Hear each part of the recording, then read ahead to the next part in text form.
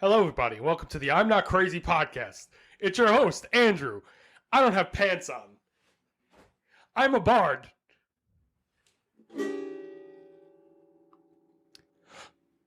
What's that sound? Oh no, what's that sound? Oh, is that a dragon? Oh my god, it's a dragon? It's a... What are you wearing? Oh, I'm a sexy dragon. I told you to be scary. How did this happen 2 weeks in a row? Matthew was Link, and now you're a sexy dragon. I said be scary. I want you to be like, I'm going to be like a funny bard. Like, haha, look at me. I write songs for my fellow soldiers to get them through the day. And you're going to show up as a sexy dragon. I ordered from Amazon. All they have is sexy costumes. And I thought you said sexy, to be quite honest. But should I take the dress off? No, okay. No, leave the dress on. It helps with me. I'm actually not wearing pants. I'm sorry if I flash the camera. That I can confirm. I am wearing very, very tight pants. It took us some time to get that on you if we're gonna break the joke here. We had to unzip it. Yeah, it's like literally like, hey, can you zip me up? Hey, can you zip me up?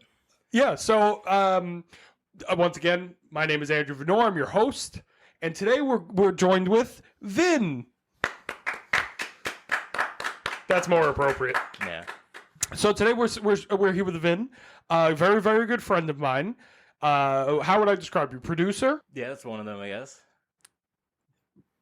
Podcaster as of now. Yeah, you gotta throw another P in there. Can you come up with a third P? Prostitute. Okay, yeah, wow, you nailed it, dude. That's you in 3 words. Producer, podcaster, prostitute. Yeah.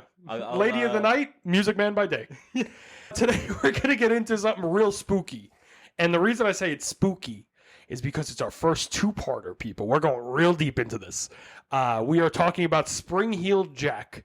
And if you don't know who this guy is, good, because it'll make the episode more interesting for you. But if you do know who he is, don't worry. We're going to be getting into the details of it and the things that everyone talks about, of course, because they're important to the story. But at the same time, we're also going to cover a lot of things that maybe people don't talk about.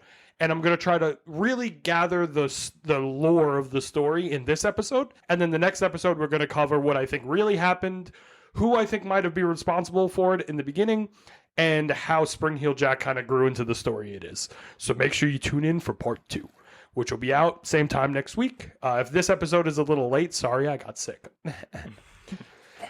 So, I'm not wearing pants. I did that all in one breath. And this is a very uncomfortable costume, just so everyone knows. So it will slowly strip down. Oh, man. I just gotta, yeah. I'm gonna last as long as I can. I can't stop looking at your titties. They look good, right? Yeah, you look so fucking hot. It's really the mask that does it. So we're going to get into the intro of the episode, and let's see if you can get into the spirit of Spring-Heeled Jack, okay? So today we're going to start a little different than usual. Usually I give like an intro of the first story. Today, I'm just going to just imagine. Just imagine, right? Close your eyes. Can you tell they're closed?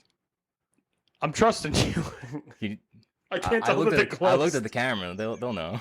Just imagine, for a 5th time, you are a Victorian English lady walking home after a long day of work in a dirty, disgusting factory when you hear a bump in the night. Suddenly, a demon in a black cloak jumps out and spits blue flame in your face and starts clawing at you with razor-sharp metal claws. But by the time you're able to react, he's gone. Sounds crazy, right? Wrong! This is the story of Spring-Heeled Jack. Oh, I don't know. He's not a dog anyway. He's not a dragon either. He's not a dragon. So here's the thing, right? So when you think of a bard, you think of like, England. Oh, I love it. You think of dragons, you think of maybe a lot of places, but England is one of them that had dragons. And this takes place in England, but not during the Middle Ages, though. It's Victorian England. So close enough. Close enough. I'm going to go ahead and as of normal, as of late, we're going to say rate the podcast, review the podcast, share the podcast with your family, share it with your friends, share it with people you don't like. You never know. You might come to common ground with this podcast. You never know. There is a TikTok, a YouTube. They are I'm Not Crazy podcast, both.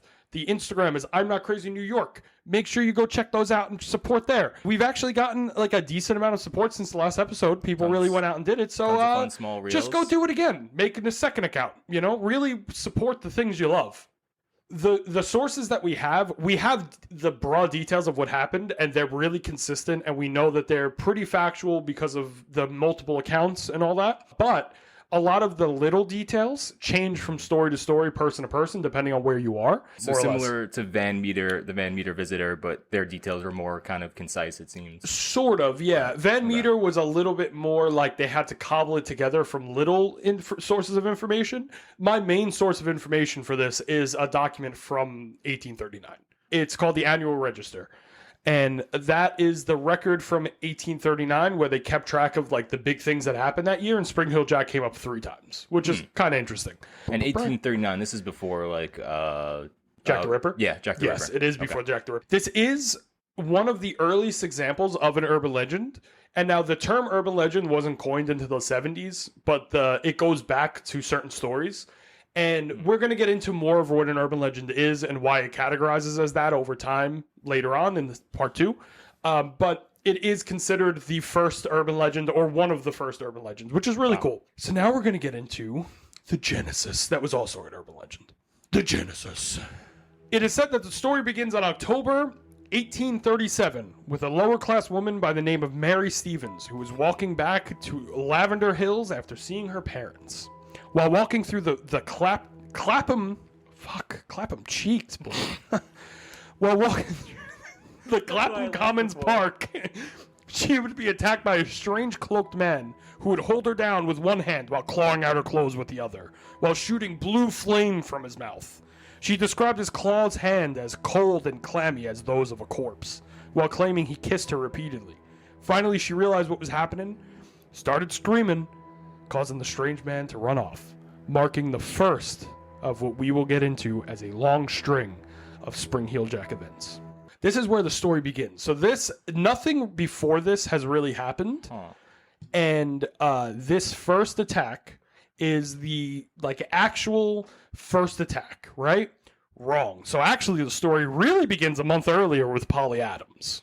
Okay. Right? I was say, besides the blue flame, it really just seems like a creep. It sounds like someone was trying to rape someone else. Right. We're going to get into that in detail later on. She had a very similar encounter, Polly Adams, but he didn't go as far, more or less just slashing at her a few times, scaring her away, and then running her. What? Scaring her and then running away. For some reason, 90% of my sources totally overlook this encounter as being the first. They always go to Mary Stevens first, which is why I start the story with that. I honestly don't even know if Polly Adams is a real person or if this is just part of the folklore. Right. That's kind of the thing with these stories, is you don't know what's real and what's just a lore added to it over time. And the blue flame really stands out, so that's probably what people think of as the first occurrence of something kind of... The blue flame, and he jumped away. 3 of the characteristics that he has, which are arguably the 3 most important from him, are his claws, his blue flame, and he jumps away, and he could jump really high. Right. So that one I knew. Like a Spring Heel Jack. Right. That's like the only thing I knew about Spring Heel Jack. Yeah. And I thought he was a thief. So it ranges between this to like full on assault to like him just like running up to a woman and like honking her tit and just like jumping away like ha ha and just pole vaulting over a fence. Right. Like it's crazy how it goes from like super goofy to I almost got raped by a man with claws. Jesus. Yeah, it's nuts. Okay. A lot of rape in this episode, which I know doesn't really fly on YouTube, but so for the next few months, this strange man started to get his characteristics known. Though the claws have been there since day one, his devilish look was originally said to be one of many disguises, one being a ghost and one being of a bear, with history going back a very long time in London when it comes to ghosts. Several ghosts have been said to walk the streets of London for hundreds of years, and we'll see those in future episodes. But the devil experience seems to be the one that's stuck, and due to his claws, he was originally dubbed Steeljack. So that's his original term was Steeljack because the claws and the flame were the thing that people really focused on. They're like, yeah, he jumped really high, but you said that he was spitting flame at you, and she was like, yeah. That was very unexpected, honestly. Just the little I knew about it. Blue flame did not really... Kind of fits the theme with the dragon, though, actually, so we can explain it that way. Yeah. Hell yeah. But we're not gonna. That did not come up because of that. Yeah, no. This was 100% coincidence. But originally he was dubbed Steeljack. Steeljack for his claws. Spring Heel Jack's better, but Steeljack's scarier. This would change, however. When presumably the same cloaked figure jumped in front of a carriage, causing it to crash.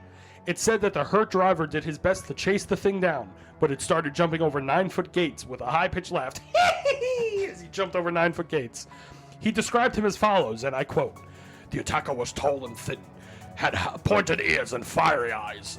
That's not an English accent. And wore a cloak. He tore at his female victim's clothes and ripped her flesh with hands felt like iron. When he escaped, he did not run. He bounced away, kind of like Tigger from Pooh. Those who saw his feet swore he had springs coming out of the boot heels, which would lead to Spring Heel Jack winning out as being the name and becoming the name of the creature, while also cementing the legend of a demon, not the lemon, of a demon that attacks and then leaps away laughing. And such a good tagline for papers. Hell yeah. In the day. So Heel Jack. These first encounters, right? With the Polly Adams, we had Mary Stevens, and then we had the guy with the stagecoach, right? These first encounters, again, range from kind of goofy to pretty serious. The Polly Adams and the Mary Stevens story, kind of seems like they were attacked by the same person and they were escalating. So a common thing you'll see in true crime is that people escalate. You don't go to cannibalizing someone immediately. You murder someone first, then you murder and chop them up, then you murder, chop them up and keep some, and then you murder, chop them up and eat them. It's just kind of how it goes. You got to graduate from small animals. Yeah, and you kind of make your way up. It's a gradual increase because even though they are it's a long day at work. It's the dumplings. They are still sociopaths and they're still psychopaths, so they don't care or understand the repercussions of what they're doing, but they still don't want to get caught. So they go the same way that we would if we were going to start cannibalizing and eating men. So Polly Adams and Mary Stevens, the attacks are the same person but escalating, whereas the other one is just he jumped in front of my cot and I fell over. Yeah, and it's just that's kind of fun. You know? The bouncing away, the honking, the goofy stuff. It's very weird juxtaposition to the serious stuff. It is a weird juxtaposition to the serious stuff. It would get so out of hand that the Lord Mayor of London at the time, John Cohen, addressed the public saying he received an anonymous letter about Spring Heel Jack days earlier, claiming it was a prank from the upper class, which remember this later. Upper class, okay. And here's where we get the info about the different disguises. A bet was proposed stating that one of these aristocrats would need to cause a stir and scare the impoverished people of London, so the lower class, with the bet being taken presumably by one of the aristocrats. And the bet was, according to this anonymous letter, one of these high-ranking officials, one of their sons, there was a group of the sons that all hung out, like the royalty or the heirs of royalty, whatever, industry. The hedge fund kids. Yeah, the hedge fund kids. Yeah. They all more or less got together because at the time they were basically invincible. And they got together and they were like, I bet you $1,000 that you can't become a menace and not get caught. And according to the letter, it was okay. And they were you have to do it in 3 disguises, a devil, a ghost, and a bear. Okay. So it kind of explains the early sightings. After he received it and he said that the everything was a little bit of a prank from the aristocrats, the letter claims the papers aren't reporting it because these are little known facts. And the people that do know it in the media, they're not fucking ratting on shit. So they're not going to start saying, Jimmy Bob in the steel industry, he's, honking bitches' titties. He's not going to say that. And they targeted lower income people specifically. It's no one of status. So no one cared. No one gave a fuck. Right. Damn. Yeah, it's pretty messed up. And then it said also, this is a fun little thing from the time. It kind of shows how they looked at women. It said that several of the women that were attacked never regained their senses. What? This is more, I'm assuming, exaggeration from them? Of course, okay. Yeah. It's just these poor dames in distress. It's just the typical 1800s poor woman. Before they knew what PTSD was or whatever. On par with the time, the mayor also dismissed all of this, said that the letter was hooey, and claimed that they were all ghost stories told by servant girls. So again, They just didn't... At first, they were just this is just a fake thing. These people were attacked by people... it was kind of sensical as much as it's like it's shrouded in misogyny and like the fact that they just didn't care about what women said, and then figure women of a different class might as well didn't speak at all. But yeah, I feel like that probably did a lot to kind of just put it down right away. Yeah, put it down on me. Vinn is taking off some of his costume. Is that good? Bit. Yeah, I just need my places of my body to breathe. I was gonna say, so I know you said places, but his dick was stuck because it's a children's costume. Yeah, this is a child's costume. It's a child's dragon costume. So his dick and balls were like a real fucking. They were basically a dumpling in themselves, but like real tightly wrapped. Real tightly wrapped. Yeah, I said prematurely in the other room. I was like, "Oh wow, it fits," and then I pulled it up. You're gonna leave the maid dress on though? Yeah. I appreciate that. Thank you. You look good, man. Thanks, I appreciate it. It looks like this is what I imagine Goldilocks is. Not Goldilocks, Red Riding Hood. This is what her grandmother looked like in the bed as the wolf. This is what it looked like. It's like, oh, I'm so sick. So the mayor, I wrote major. The mayor then a few months later claimed that he'd received piles of letters about the attacks from the beast. So piles of I just letters. realized the glasses. You look just more like the grandma now. Hey, Red Riding. That's funny. Coming off. I don't know why she's touching it. You're touching your titties. Why? Come here, little one. I love. This is my first appearance on this. I don't have pants. So in the period from the first letter to the piles of letters he got, apparently people started going nuts about this. Like the lower end of town, like all the poor people were screaming at authority, like, what is happening? You gotta help. Because it just kept happening. People just kept getting attacked. And it was all the exact same attack as that. As the which one? As Breathing Fire. As Mary Stevens and Polly Adams. Got it. The mayor then, a few months later, claimed that he received the piles of letters about the attacks. The newspaper finally started to report on the matter with the Times, which was not the New York Times. It was the London Times, but it wasn't called the London Times. It was just the Times. It was London's paper at the time, which I still think is around. And they leaned into the supernatural aspects to, I assume, sell papers. They might have believed Makes it. sense. I don't know, but I think they did it to sell papers. A misconception, and I feel like we're going to keep going over this in the show because we tend to cover things that happened a long time ago. Right. Just because it happened 100 years ago, 200 years ago, 300 years ago, doesn't mean that those people were like stupid enough to believe this. Right. They were still people, and they still got us to where we are today. And they were smart and logical for the most part. And they might have been stuck in ways, and they had like stupid superstitions here that we think are dumb. But at the time, we're completely normal. Exactly. Right. I got into a conversation today where someone vehemently, thank you, believed in the rule of three, that people died in threes. And I said, literally, like, trillions of people have died. Yeah. Like how... That is a three. Oh. Fuck, bro. Fuck. They got you, bro. They got you. Shit. So they leaned into the supernatural aspects to sell papers. They looked at the situation from a commoner's perspective, not a journalistic one. And I don't know if that's the Times, because Jack the Ripper is kind of famous for turning the news into the machine that it is now, because that, on a worldwide scale, sold papers.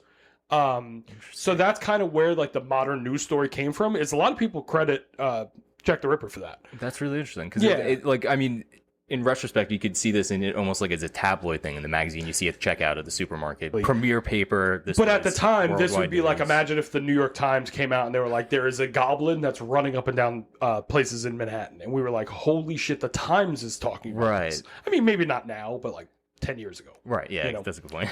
Now, they probably would. They need the help.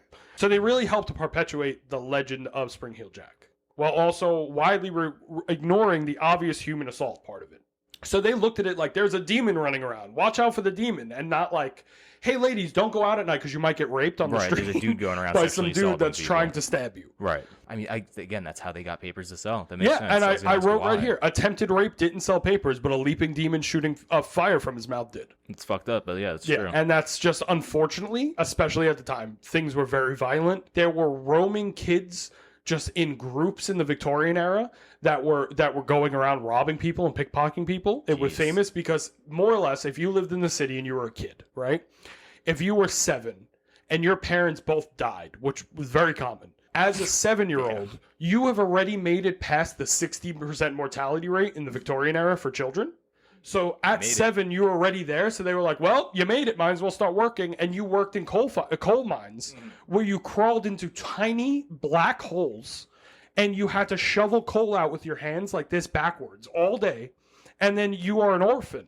So your chances of not getting molested are real low.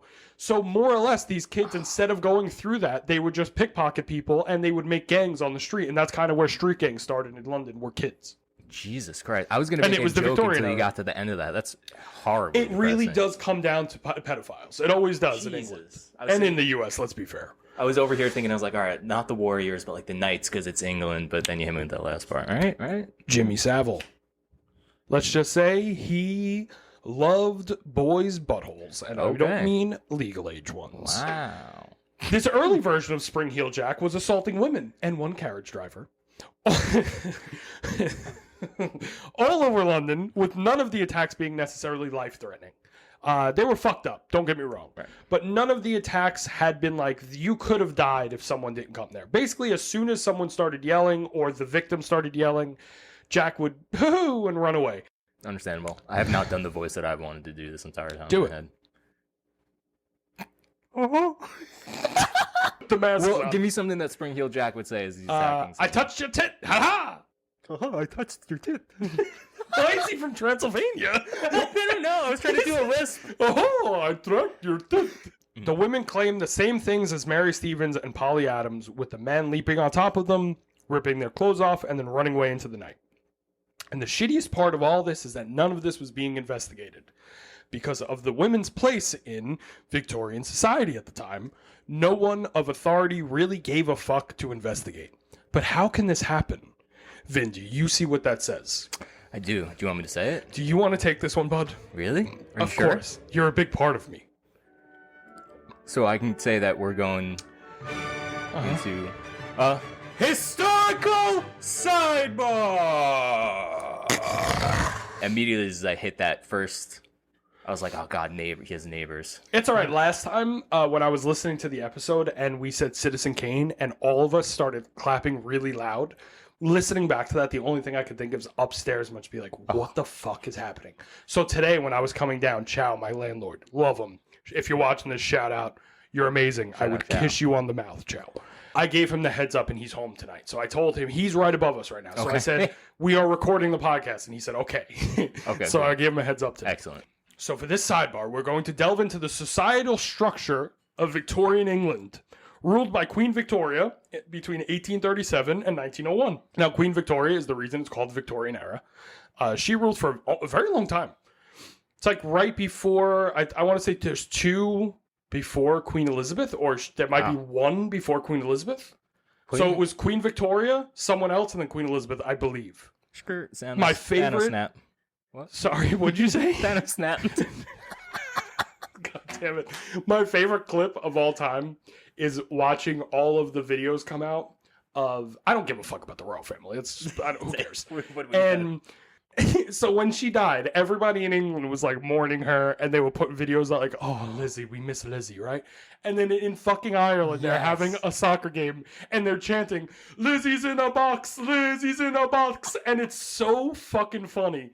I love that for them. Honestly, they deserve that shit. Seeing them cut to like Scottish people being interviewed, and it's just an old lady just like, oh, she's dead, fucker. Yeah, it's great. She would have died earlier.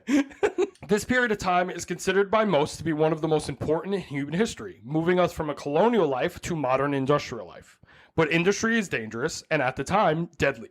And these jobs were left for the lower end of society, and at the time, your standing in society determined everything, like where you worked, where you live, and who you were allowed to socialize with. In the early 1800s, I watched a video, and the way that he put this was kind of nuts when you put it in the grand scheme of life, right? The year 1805, let's just say, right? They lived borderline the same way that they did going all the way back to the 1300s, right? Yeah. And then by the end of that decade, by 1880, they had cars. Complete change, jeez, yeah. It's nuts. Like, they had full industry by the end of the 1800s. The progression, people think that we got in touch with aliens in the early 1900s to get Wi-Fi and shit. The progression of speed, yes, computers went fast. The 1800s went way faster. The amount of shit they figured out in the 1800s is bizarre. I mean, It's yeah, nuts. when you put it in perspective, they lived the same for hundreds of years before Exactly. And then all of a sudden, people just had Electricity. They had cars, indoor plumbing, indoor electricity. Like, it's a joke that at the time, people looked at electricity in the house the way that people look at like 5G now. Where they're like, oh, it's gonna make you sick. Oh, God. I can't have that in my house because it's gonna hurt my children. Like, it's really funny to look at. Unfortunate, but I could totally see that. It's the same thing. Yeah. The Victorian era is known for its beauty and its art, but that life was only allowed to a very small percentage of the population. And the Victorian era is also known for its poverty and its they were obsessed with death. Death was super, super common in every type of media. Like, all their entertainment revolved around death. They were obsessed with death in the Victorian era. Very macabre, right? Very macabre. And the end of the Victorian era is where we get a lot of the paranormal and occult stuff that ended up coming to the U.S. in the early 1900s, And goths, which is kind of cool. too, which came here in the early And 2000s. goths. Yeah, they came from the Victorian era. Yeah, trip pants, too. Oh, hell yeah, I love that shit. I think my favorite is, I mean, we've all seen the bridge party when they're like, Yeah. I can't even do it. They're like... With the color dreads, pretty much dressed like me now that I'm thinking about it. Yeah, they are. Yeah. And they're just going off. I did that for way longer than I thought I was going to. It was good. Thanks, man. I appreciate that. I'll bring glow sticks next time. Thanks. Please do. Yeah. Most of society was very poor, living in cramped, dark, crime-ridden neighborhoods filled with filth and stench. London was filled with smog and smoke from all the coal being burned, and the life expectancy was in the 30s for lower-class people, with death being everywhere. People would just die on the street, and you just kick a body over and keep walking. There was shit and piss all over the street. Homelessness was a huge problem at the time, so most people had to pay to stay warm for the night and have a place to stay for the night, okay? For a penny, you had what was called a sit-up, where you could sit on a bench for the night, but you weren't allowed to sleep. They had people that would patrol, and they would say, you're not paying to sleep, and they'd wake you up. So you couldn't sleep. So that was your first resort. Your second resort was, if you did want to sleep, you would pay 2 pennies and get what's called a hangover, which was a rope that was connected from one side of the wall to another, and you would hang over it and attempt to sleep. You would also share it with multiple people. And in the morning, how they would get you up is they would walk through the thing and cut the rope with a machete, and everyone would fall, and that's how you woke up in the morning. You got to be making I this up. swear to God, this is That 100% real. And if you were really doing well, you would pay 4 pennies and stay in a 4-penny coffin, which were rows of wooden boxes with blankets just wide enough to sleep. The conditions in these places were bad, but they said that they served them food, like soup and bread, so they gave them some food. And they were actually pretty comfortable compared to a rope. So that's cool. Okay. Yeah, I mean, you get a blanket too, so that's something. And if you don't have a home, like, you just kind of wandered and just got work when you could. You went from factory to factory kind of thing. Right. It was a very hard time for people. Yeah, I can't even imagine. It's dystopian, and it's way back when. It's crazy. And if anybody knows anything about Jack the Ripper, this fact is kind of what ended up kind of helping with the Jack the Ripper murders and what allowed them to happen. Conditions were so bad that I put some, but most men and prostitutes prefer to have the money spent on them because then they get to fuck and sleep with a warm body, and that was more comfortable than a wooden box with a blanket. So they would sleep outside with the prostitute, and they would both sleep together and stay warm. Yeah, body warm. That's how bad it was. And that's why the Jack the Ripper murders were allowed to happen, because when they saw a prostitute laying on the ground, they didn't immediately think she was dead. Right, okay. They just thought she was sleeping. Got it. That makes a lot more sense.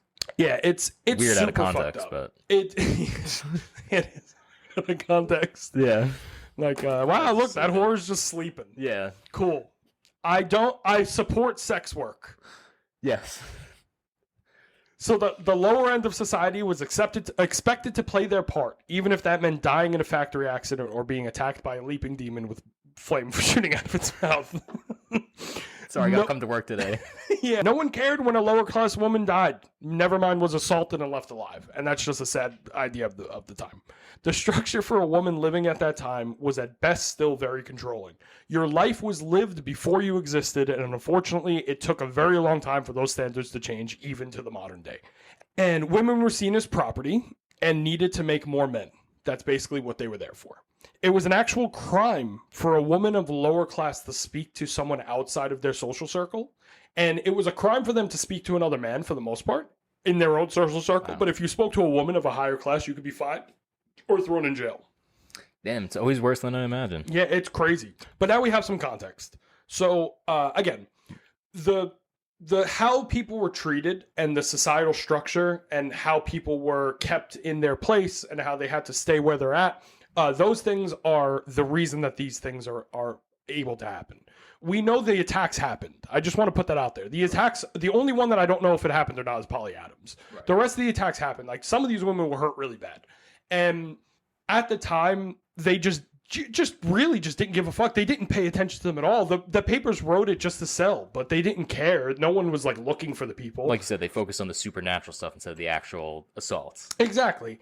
And the people that were looking for them were other men who were in the same lower class as them, and they had no way of actually doing anything because these were uneducated, overworked men who are now going to the street, and they were just okay, so there's a really good example of this actually happening that I could give you off the top of my head. It's called the Hammersmith Ghost. And at the time, there was a supposed ghost that was in Hammersmith, England. And it was seen on the streets multiple times. And a butcher one night was seen to be walking back and forth with the same white coat that they were supposed to be wearing. Because the butcher was like, fuck them. I'm not going to change my clothes. What are they going to do, right? And a guy saw him thinking he was the ghost and shot and killed him. Jesus Christ. And it was one of the first murder cases, like, in history that had to do with, like, someone shooting a ghost, and, like, law had to be written around it because it's such a weird case. Those things are allowed to happen because they left the people of the lower side that didn't have an education, didn't understand what they were doing, and were super violent to fix all of the things that were happening to the helpless women around them because the women weren't allowed to do anything themselves. The act of desperation, in a sense. So it's just a cycle. There was violence everywhere, and no one got punished. No one did anything for it. This is such a fun conversation to have looking into the mask. I was going to say before, I've said so many things, I just feel so ridiculous coming out of me right now with this fucking dragon mask, bro. Happy Halloween. Actually, looks like Michael Myers that way. It does look like Michael Myers. It is Nicolas Cage. Yeah.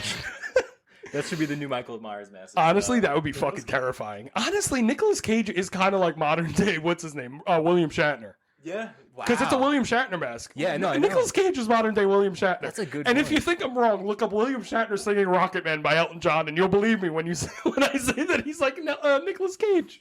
It's so bad. He's just smoking a cigarette, and it's just cutting from him in multiple angles. He's going, and I'm a Rocket Man. Check it out, please. I love him. I love Kirk. So do you have any questions about the time period, anything like that? Anything to add? No, I think a real good outline on the context of it. Yeah, like I said, it's just important, and it'll make the things that are happening a little less bizarre and ridiculous. Obviously, he shoots blue flame out of his mouth, so yeah. We're only going to get so, not ridiculous up in this bitch, all right? Yeah. So the stories of these attacks spread far and wide. They were once again given the title of servant girl stories, which gives credence to this historical sidebar. These women were more or less laughed at by the higher class, and the men were expected to go out and find them, even as they were lower class and had no resources to do so, as I said before. This went on until Jack assaulted a higher society lady there it is. Named Jane Alsop. Alsop. Fuck. This name is the name that won't stick. Every episode, there's one name, Alsop won't stick. And the story goes as follows. On the night of February 19th, 1838, Alsop heard a knock on the door. Since she was of a higher class, she felt safe enough to answer the door without thinking twice. And when she did, she saw a man with a large helmet and a black cloak in front of her. I don't know if they mean like a knight's helmet. Yeah. I don't know. He claimed he was a policeman and needed a candle ASAP, as he believed he caught Spring-Heel Jack. When Alsop came back with the requested candle, she held it up to the policeman's face, and revealing a demonic appearance with flame-red eyes and a white oilskin suit. I'll explain what that is in a second. It doesn't sound like what it is. It sounds like the bodysuit from like the first season of American Horror Story. It's not. Okay. He then shot her with his blue flame, then taking her to the floor. Once on top, he started to slash at her clothes with his infamous claws, cutting up her arms, neck, and chest pretty bad, like deep cuts. Yeah. She started screaming, and eventually her sister was able to scare the man off. He apparently left the cloak behind, which was quickly grabbed by a policeman. Quickly. Can't say it today. but she had been hurt pretty bad, with deep slashes and chunks of hair missing off her head. It sounds like he ripped chunks of her scalp off. Yeah, yo. Yeah. Spring Heel Jack is way more gruesome than I even way imagined. scarier than I thought it was, because when you hear the legend without context to the original stories, it's just like, oh yeah, he jumped up and haha and blew flame and then ran away. But this one is bad. Yeah, this is horrifying. This is an attempted rape. Right. That's what this is. Yeah. So now let's go over this a little bit. So the large helmet and the white oilskin suit are two things that come from this that stick with him from this point on. So from this point on, people see him with a helmet, and what I think they mean by helmet is like a police helmet. So it's like the one that comes on top with the little thing on top. Right, that's what I was going to say. That's mean. what I was picturing once they said policeman. And the white oilskin suit is the white, the white button-up shirt that they used to wear that comes across almost like the chef jacket? Yeah, yeah. That's a white oilskin suit. Okay, got it. So he was dressed more or less like high royalty, like an aristocrat. And that will, again, come into play later. Make sure you stick in for part 2. On top of the new things, like the helmet and all that stuff, he blew the green flame. Oh, my God. He blew the blue flame. He had flame red eyes, which was consistent, but everything that we cover has flame red eyes, so it's not really a big deal anymore. And then he started to slash at her clothes with his infamous claws. And now this is one of those things that the claws were apparently like Freddy Krueger claws, right? Nice, horrifying. And it sounds ridiculous, but at the time, like, you had men that were working in factories making metal objects all the time. This is the industrial era. Like, steel is one of the big things being made now. Like, all these things are being made. I think it's definitely possible for someone to make like a Wolverine style thing that they hold with their hand, almost like brass knuckles but with claws on them. That's kind of what I'm thinking of. Yeah, it's not like a Freddy Krueger like contraption, right? But knives on your hands. Knives on your hands. Somehow, some way. Thanks. Knives on the hands. Knives on your hands. Somehow, some way. So this caused a huge stir, the All-Stop. Oh, fuck. I said it again. All-Stop. I'm sorry, Jane. R.I.P. Family's gonna write in. She didn't die because of this, but she's fucking dead, and if she's not, that's real scary. So this caused a huge stir, because now the demon was going after high society. And it's at this point that the papers really started to run wild with the story and made it national news. The Times would once again take the lead, with Allsop being the warning tale for others. Local churches started having sermons where they were saying a literal demon is running the streets of London. It's like Sauron. Yeah, in different ages, he was an influence, in different ages, person. And this was the monster just starting. Just 9 days later, on February 28th, it's Valentine's Day, he'd struck again, attacking an 18-year-old girl named Lucy Scales. And now, this one is kind of nuts. It's really, it's like half sad and also like really funny to think about, and you'll see why. And it's long enough ago that I don't really feel bad laughing. Okay. While walking back from visiting her brother, Lucy and her sister were walking back to their home. While walking, wrote that 3 times, they decided to cut through Green Dragon Alley. Super cool. With Lucy leading the way. When approaching the alley, the sisters see a man in a cloak up ahead, but continue anyway, thinking he was just there. He was dressed normal for the time, I assume. Just as they reach the man, he drops the cloak, and once again, spits blue flame. Lucy was so shocked by this, she immediately dropped to the floor and started seizing for several hours. Whoa! Oh my god! Several hours? So this apparently freaked out Jack, and he just kind of didn't know what to do, and just was like, and just sprinted away, bouncing off into the thing. What a good defense mechanism, though. Yeah, she was just like, shit! The police walk by, and it's just like, it's just a prostitute sleeping. But apparently Green Dragon Alley is like right next to the house because the brother came out. He rushed to the alley hearing the screams from the house and brought the sisters to police. The sisters described the man as tall, gentlemanly, with a lantern very similar to the one that was used by the police at the time. So like other serial assaulters or serial killers or whatever you want to say, like a lot of those, they tend to impersonate the police. Doesn't mean that they were a cop. Right. So like I could think of multiple off the top of my head that impersonated cops. Yeah, like there are a lot of serial, because it's the easiest one. It's a figure of authority. It makes the most sense. People tend to blindly trust someone who says they're the cop. These two are the worst so far, with there being a clear degree of violence. The first one, she was basically left with deep slashes across her body and chunks of hair missing. And the second girl had a seizure for several hours. So between these two, and they were both considered high society. They were coming from places that were really nice. And the only reason they had been attacked were because they just got unlucky. In the places that they got attacked weren't dangerous places. But now people are going to pay attention to it. Because now the high society is scared of shit. Because now they're like, okay, now Jack's in our neighborhood. I'm not trying to get that springy motherfucker over here because I don't want him to hurt me with his blue flame. Right. As you say. Poor people don't care about. In my neighborhood, no way. Poor people, I wonder what they taste like after that blue flame. Let's eat them. Am I right? I mean, right. Let's eat poor people. Eat the rich. In real life, still. Got a thumbs up from Chris. Chris says thumbs up. Poor people. So, Chris approved. It was at this time that the media went absolutely nuts. So we have 3 stages of media. We have media goes crazy. Media goes real fucking crazy. And media goes absolutely nuts. Woo!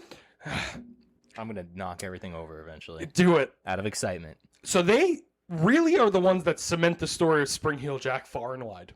For a few years, stories started to dwindle, but the reports did come in, and they started happening outside of London. So this is where he started to travel. Interesting. Jack went on a trip, you know?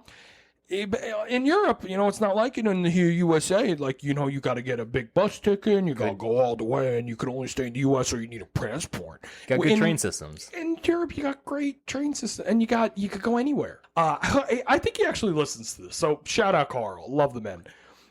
He told me that when he was he went to school somewhere. I'm going to say he was in Ireland.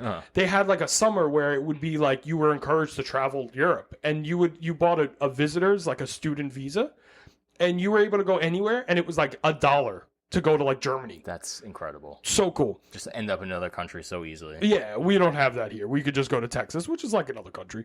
So the story... How dare you? Ruined it. Shut up! You're just a crew! Sorry, everybody. So the story spreads outside of London and in some cases outside of England, which we will get into in a bit. For example, there were mass sightings of SHJ, Spring Heel Jack, in 1843 with people seeing a devil-like figure leaping from treetops. Gotta include this story because it's big, but this is by far the saddest story in this. You ready? Yeah. You ready? I'm gonna play some carnival music. Ready?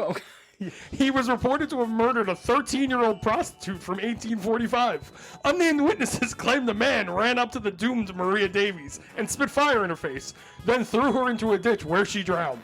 No one was able to be found for the crime, so locals claimed none other than Spring Heel Jack would have been the one that was responsible. Man, what a paragraph.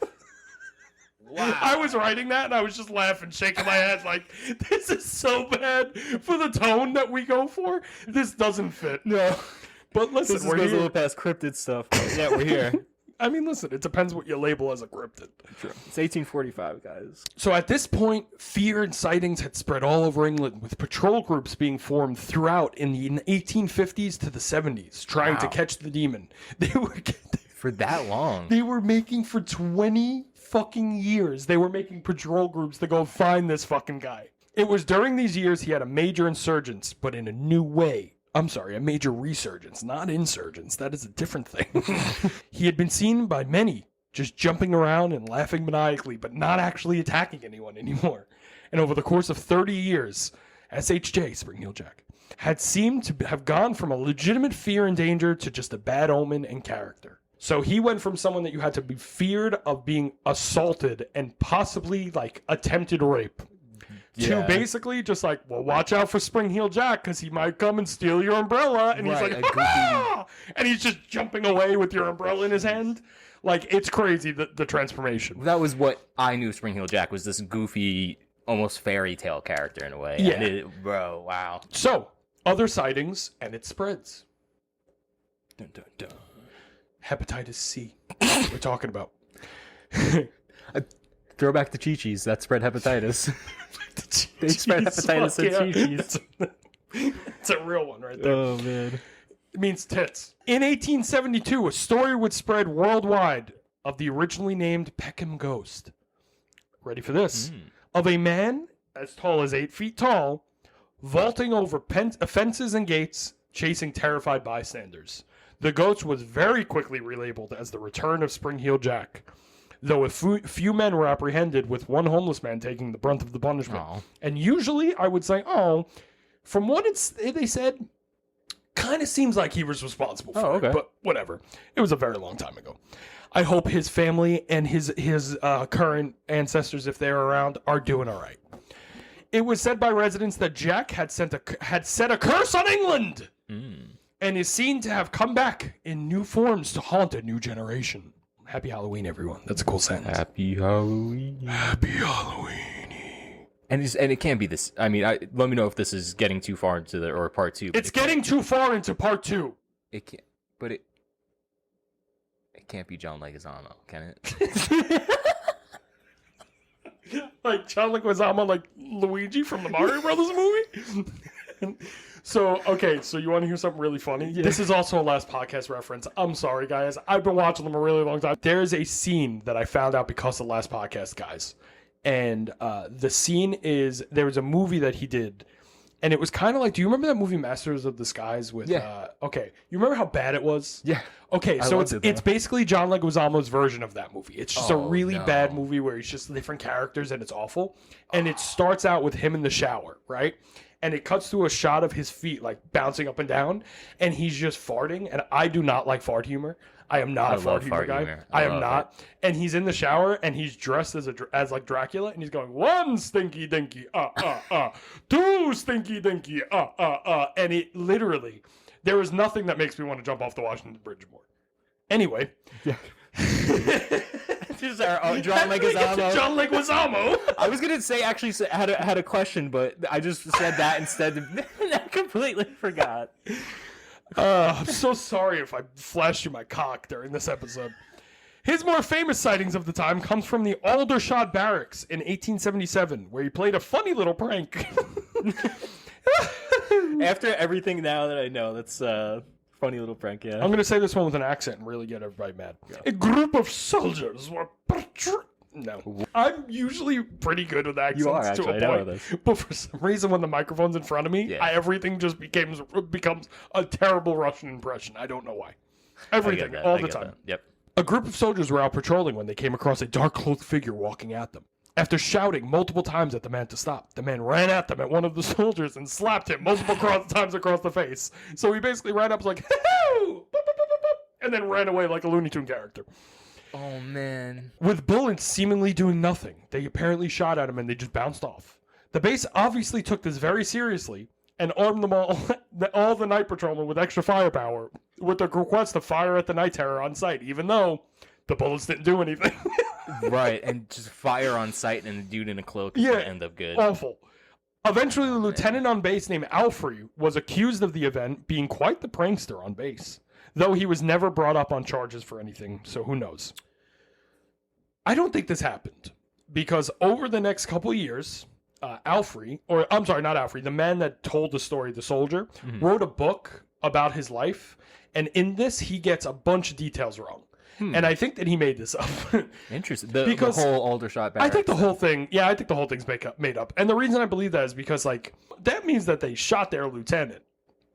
Oh, man, this is a big cover-up. Maybe it's a cover-up. Case uncovered. So sometimes he claims that it happened in 1879. Sometimes the bullets were blanks. Sometimes they were fired in the air as warning shots. So who really knows? But that was one of the more famous sightings that people tell. Jack continued to travel around England, jumping and cackling around as he did. He even found his way to the United States of America. I don't know if you've heard of it. No, spitting fire and being lost in the darkness. Ooh. He even had a quaint stint in Prague, where a man known as Prek, the Springman of Prague, was seen around during the Nazi occupation of Czechoslovakia between the years of 1938 and 1945. Wow. So that's his my name, favorite fact of this. His name is it is translated to Springman of Prague. That's what it means in Czechoslovakian and in Czech, I should say. And sorry, everyone. God damn it. This man is just Spring-Heeled Jack without the fire. It's the exact same story. It's wild. And there are some theories that because it was World War II and it was a Nazi-occupied place, there could have been soldiers from England, from the UK that were there. Because, I don't know if you know this, but England played a pretty big part in World War II. I heard. I think they might have gone there. And just pulled a quick Spring Heel Jack. And just told them Nazis. about it, and maybe it just kind of formed, but no one really knows. But it's just a weird thing that happened that kind of gives a little credence to it. It's kind of like the Mothman sightings in Chicago today. Right. Like, Mothman has been seen in Chicago for the last 3 years. He has been seen more frequently in Chicago in the last 3 years than he was in Point Pleasant. Oh, man, that's not good. It's crazy. Yeah. I mean, he Also- is seen to be like a bad omen, and Chicago has a lot of things to have bad omens for because they are the #1 murder capital in the U.S. That's true. Yeah. And this also proves how long the legend's been like going The around legend for has been sightings. alive at this point from 1839 into the early 1900s in the U.S., and there were sites of Spring Heel Jack going into the 70s in England. Wow. Like the 1970s. That's pretty... Yeah.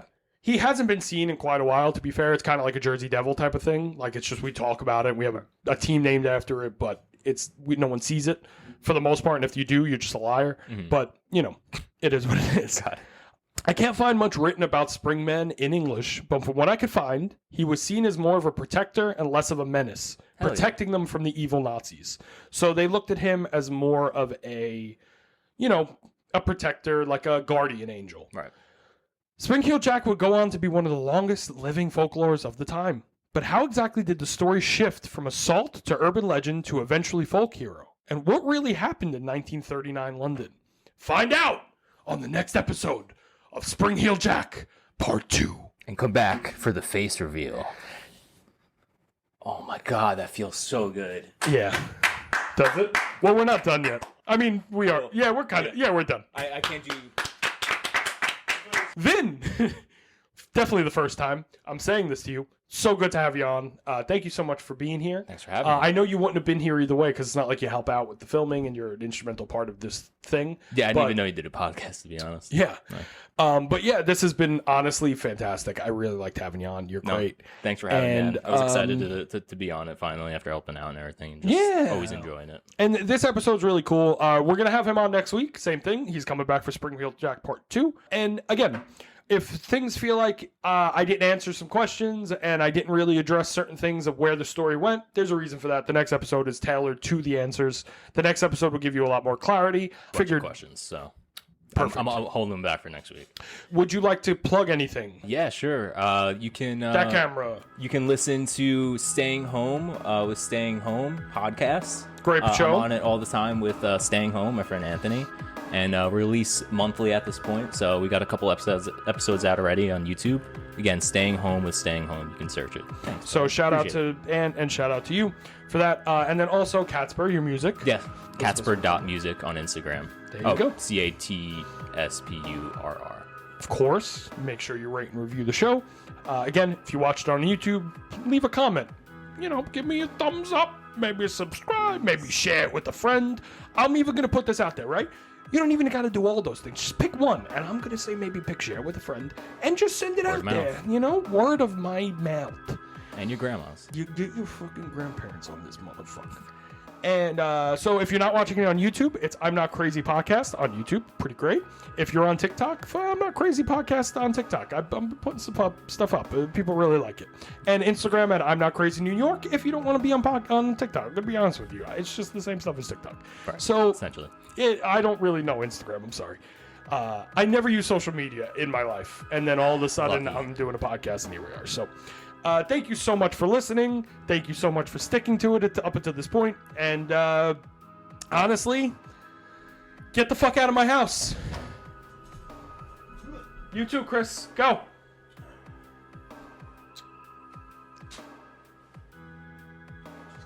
No, you son of a bitch.